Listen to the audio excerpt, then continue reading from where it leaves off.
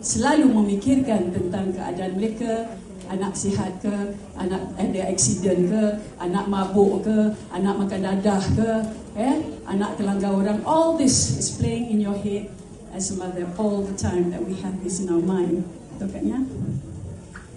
Kita sebagai ibu sentiasa menerima apa saja dan diberikan satu challenge in our life that we have to accept, no matter apa pun anak-anak kita lakukan di dunia ini, kita terima sebagai seorang ibu. Kadang-kadang bila kita tidak mampu membuat sesuatu lagi, apa yang kita selalu lakukan ialah hanyalah berdoa, kan?